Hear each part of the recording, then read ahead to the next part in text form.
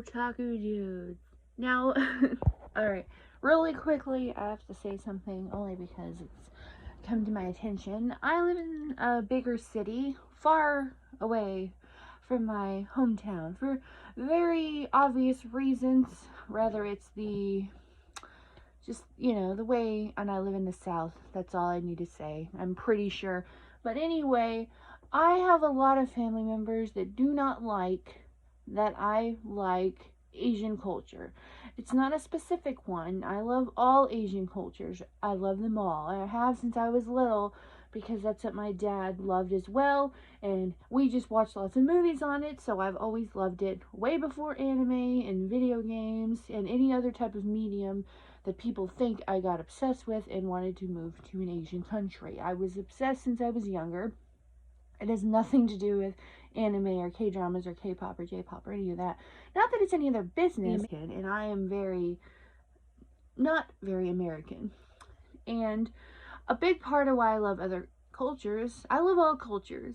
However, my genetics, I am a mixture of a lot, but my main mixtures are Native American or Native Indigenous people.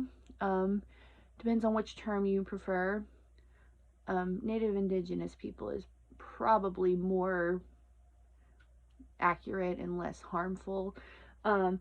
Mexican and white, or German, but white. Okay, so that's my mixture. But anyway, now that I want to move to Japan, and it's really the only reason I'm going to college and getting a bachelor's degree is so I can actually work in Japan or in Korea, wherever I decide to go, leaning more towards Japan. They don't like that because it's not American enough. And I'm like, that's the point. World, am I supposed to be proud of a culture? Americans have no culture. We don't. The only part of culture I have is any Mexican traditions that I grew up with, which I love, and I'm not embarrassed by it at all. Honestly, the only part of my genetics I'm embarrassed of is the white part. But if I could get rid of it, I would, and just be full Mexican. I would do it in a heartbeat, but we can't pick that. It just makes me mad because they're like mad that I like someone else's culture, and it's offensive to love other cultures more than your own. And I'm like, no, it's not.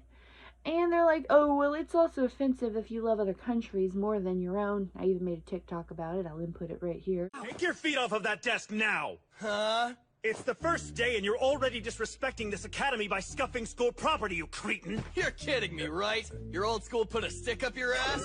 Other cultures that have different mindset, more of the mindsets that I have, and of course I'm gonna like it more. I'm sorry to rant, but it really just bothers me how they think that you have to love where you're from just because you live here. No, I don't, and that's why I'm trying to leave. Like, I don't know what I'm doing wrong. This is October 2020 recommendations. There's really not that much on this list. I mean, I guess it is a pretty big list. But I've been out of town and I've been busy. Okay, so, the yes section. Devil's Line. Oh my god. Okay, so everyone appeared to be super into this anime on TikTok last month. You know how, like, we always pick everyone on TikTok, or anime TikTok at least. We always get a new anime every month that we're all obsessed with and everyone watches it. Well, that was last month's, and I just found it on Hulu. So, yeah. But I decided to watch it mostly for the vampires because I love vampires. Always have. I don't know why. I've just always been obsessed with them. And no, it was not because of Twilight, so don't even say that. And after watching this, I got to add another manga to my reading list because now I'm like, oh my god, I need to read this manga. And the artwork on the manga I saw, it looked beautiful. A simple story about a vampire and a girl falling in love, but the delivery was amazing. I also liked how they didn't try to make the vampires look overly sexy. I generally enjoyed every episode. Like, they were like scary. Like, they looked like monsters. There was nothing sexy about, I think his name was, it's been a while since I watched this, but I think his name was Onzai, or Onzai? They made them actually look like monsters. They didn't look sexy when they were in vampire form at all, and I thought that was really cool. Okay, American Murder, The Family Next Door.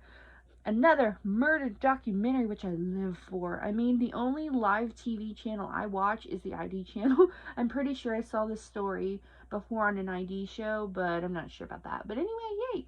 Scary Stories documentary.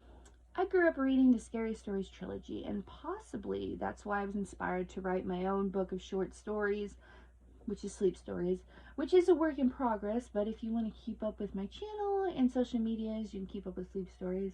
I don't know if Sleep Stories was inspired by me reading the Scary Stories trilogy growing up, or if it was for me watching Tales from the Dark Side growing up, but it was probably one of those. Inspired me to make some short stories. Scary, I don't know, but I thought that was interesting. But anyway, everyone went over the books. They were saying that they were evil, and they were blaming kids from becoming violent from them, and that that society was gonna be more violent from them. And if you read these books, you know they were not that bad, honestly. And I've read worse. I've written worse, from coming out, the violence, and that's very incorrect because I read all of them growing up. Also, I read Goosebumps and Fear Street growing up, and watched Michael Myers and horror movies growing up. I also played violent video games. I played Call of Duty. I played Mortal Kombat. I played, I think they were called Medal of Honor. I played Dangerous Hunts. I played all kinds of video games when I was growing up, and I did not grow up to be violent at all. I honestly don't believe in violence unless it's utterly necessary, like your life depends on it. And saying that everyone who reads them would be an evil, violent adult is ridiculous. The only reason that that would transpire is if you didn't teach your kids right from wrong and then you let them read this. And you failed as a parent then. Because as long as the kid knows right from wrong, they're going to go into the story being like, okay, this is right, this is wrong. This is just a story. This isn't real. I'm not going to actually stab someone in the face, you know. Let's go to the next one. Knives Out. I love mystery movies like this. I really do. You know, like the whodunits. You have most of the answers throughout the entire movie, but it's still really interesting and quite well done, I think. But it was a twist on it, and I thought it was really good. I don't know, I just liked it.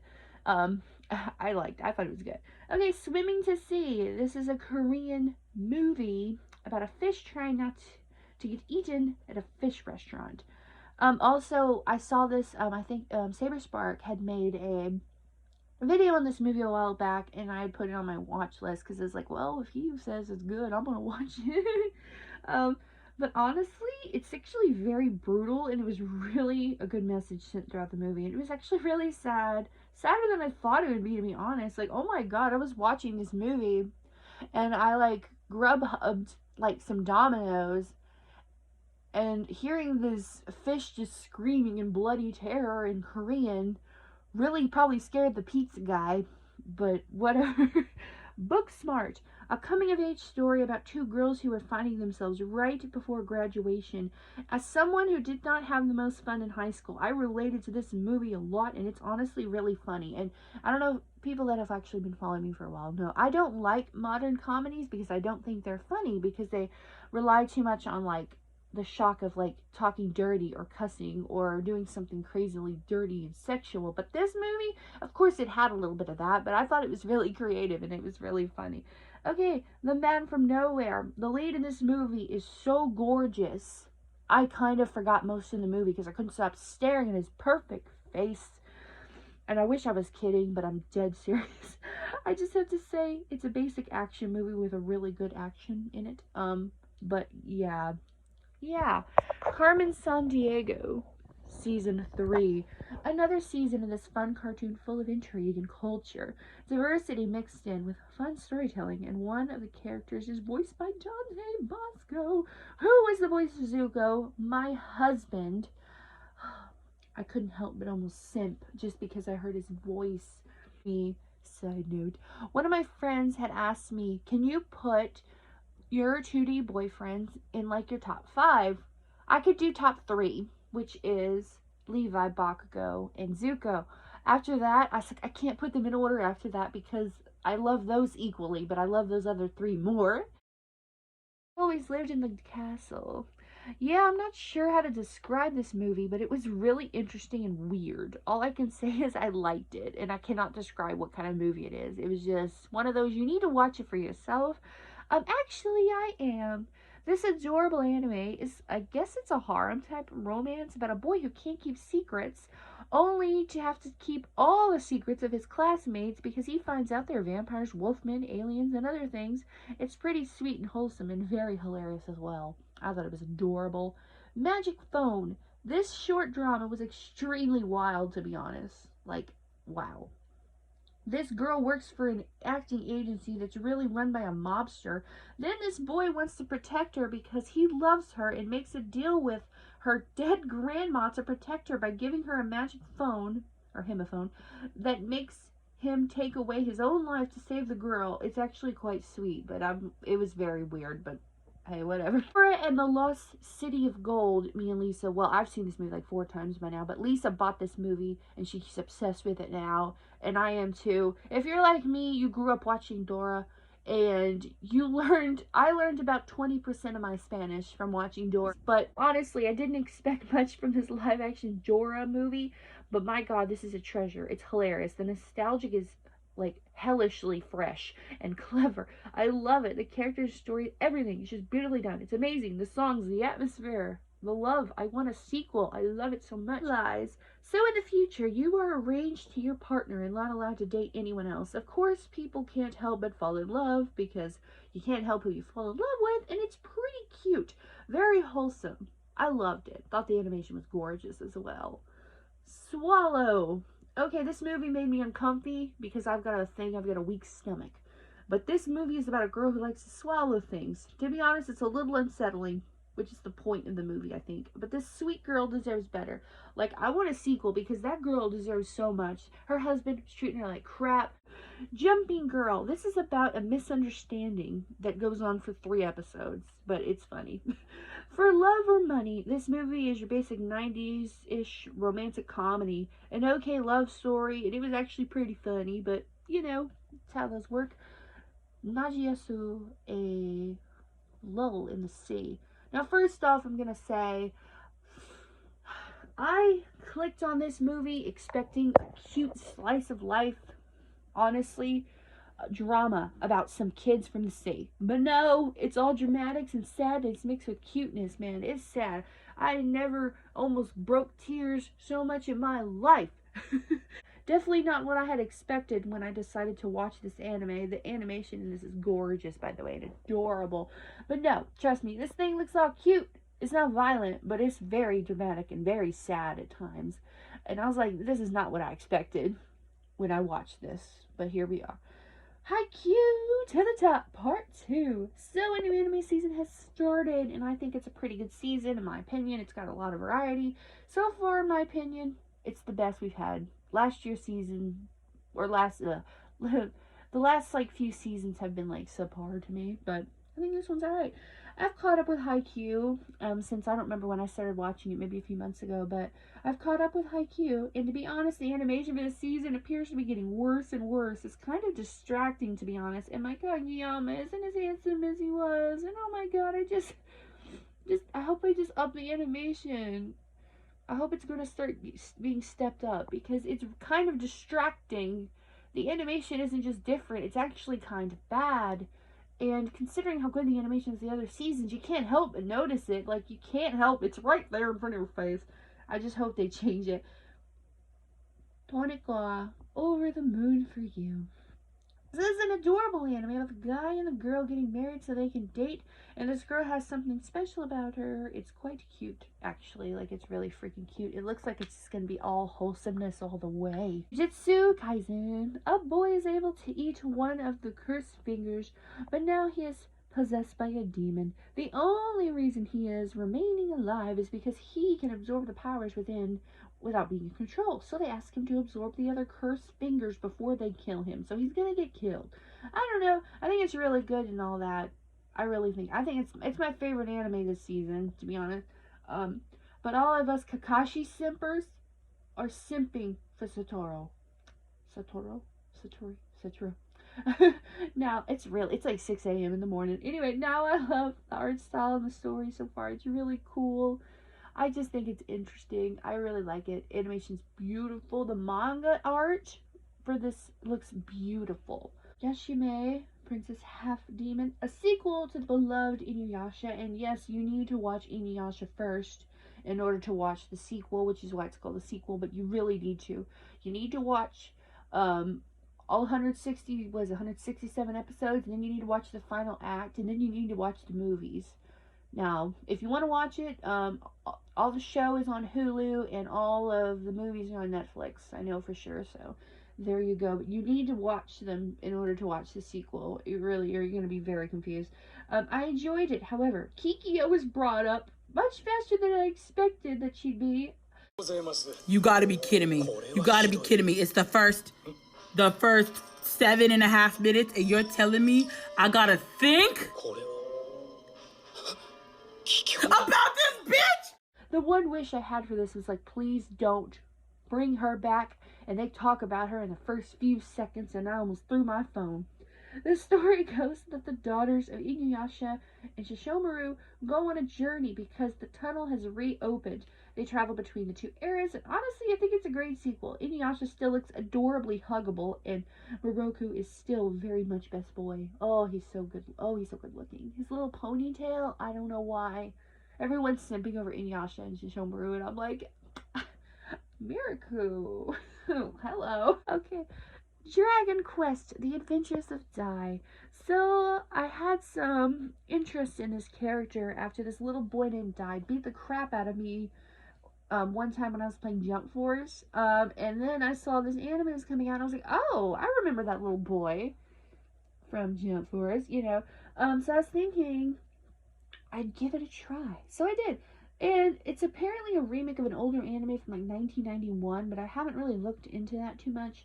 So the story goes, Dai lives on an island with lots of monsters and peace. Dai wants to be a hero. After a fake hero comes to the island and hurts the monsters, he sets off, and it sets off a chain of events for his adventure, and I'm pretty interested in Dai's story so far. It looks pretty cute. And he's a really adorable cinnamon roll character because he's really short and adorable, and I'm like, oh. Now,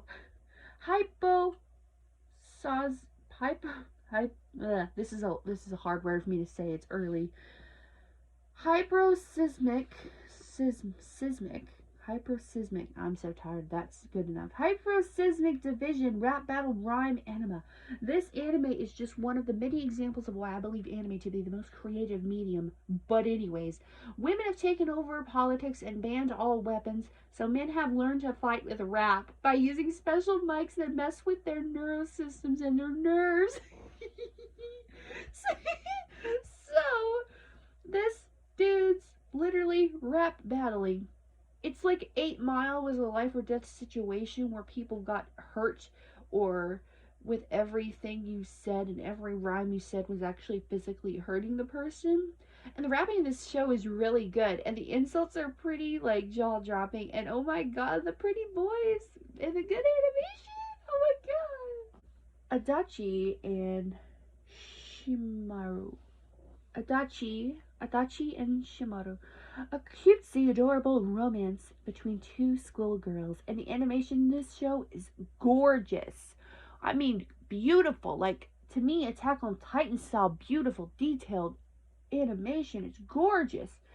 And this show is just beautiful, man, and the story is so wholesome. It's so cute, man. Like, this is what I wanted when I tried watching Citrus. Like, this is what I wanted. Like, yes. Anyway, Noblesse. A few months back, I watched an OVA called Noblesse Awakening, I believe it's called. It was based on a webcomic, if I remember right. Well, now it has an anime, and my old favorites, vampires, are back. A vampire going to high school, learning new things, and protecting his friends from an evil organization. Yes. And he is OP. Yes. And he is gorgeous. Yes. Now we're in the mess section. We have some controversial movies in here and stuff, but I'm sorry. It may make someone angry, but I just apologize. Remember, it's just my opinions. Okay, so the Rise of Skywalker. Despite not caring too much for the Star Wars series originally, I have learned to like it a lot, and it has become one of my favorite movie series of all time, actually. You know, it kind of grew on me. Anyways, The Last Jedi didn't bother me at all, to be honest, but this movie, I just felt like it was really rushed and quickly made. I thought the ending was pretty weak, and it really could have been better. Like, seriously. The Lover. So this movie, holy wow. Okay. So okay, so this girl sleeps with this Chinese man because of the time period. It's really controversial. Apparently, this is based on an autobiography of herself. I guess you could say it was a romance of sorts, but it wasn't exactly happy either. At the end, the part knowing of it being a true story does make it more sad, but I wouldn't really classify this thing as romantic, but I mean, whatever. Okay, Corpse Party. This was recommended to me because of how dark and twisted it was, and yeah, it was definitely that. The Forest, if I remember correctly, this was a French drama. It looked intriguing, so I decided to finally get it off of my watch list and watch it. And honestly, I thought it was very slow. I assumed that The Forest was some type of supernatural thing and that something really weird was going to come out of the show. However, it wasn't really like that, and it wasn't as mysterious as I assumed it would be, and I didn't care for the characters and often got very bored. Okay, The Farewell. This is a touching movie about saying your goodbyes to your loved ones. The grandma in this is apparently still alive to this day because they showed her at the beginning of the movie, so at the end of the movie, I mean. And so I guess this is based on a true story. I mean, I don't really know. Okay. The Handmaiden. So honestly, okay, this movie. This is another one of those I should read my movies, but I never do. I just click. I never read the descriptions, which has gotten me in trouble not reading the descriptions has gotten me in trouble many a times, and I should learn my lesson, but I never do.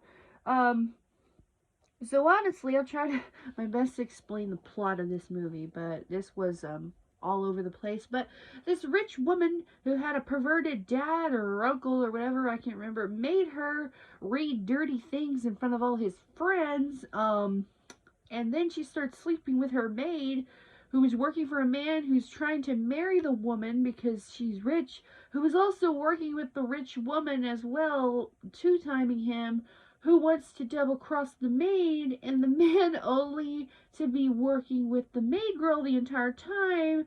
So it's hard to remember who knew what, and they live happily ever after the end, I think. It was really all over the place, to be honest with you, and wow. And happily, there is nothing in the no section. I don't have a no section this month. So, which I count as a win because I don't like putting things in the no section. I feel bad when I do it. I really do.